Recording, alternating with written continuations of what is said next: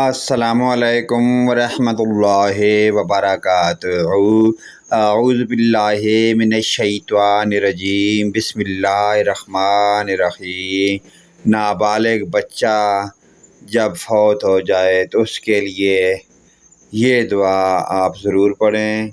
میت بچے کی ہو تو تیسری تکبیر کے بعد یہ دعا پڑھی جائے: اللہم اجعل لنا فارتم واجعل لنا اجرم وذخرم واجعل لنا شافعا ومشفع۔ اے اللہ، بنا اس کو ہمارے لیے پیش رو اور بنا اس کو ہمارے لیے اجر اور ذخیرہ، اور بنا اس کو ہمارے لیے سفارش کرنے والا اور سفارش قبول کیا گیا۔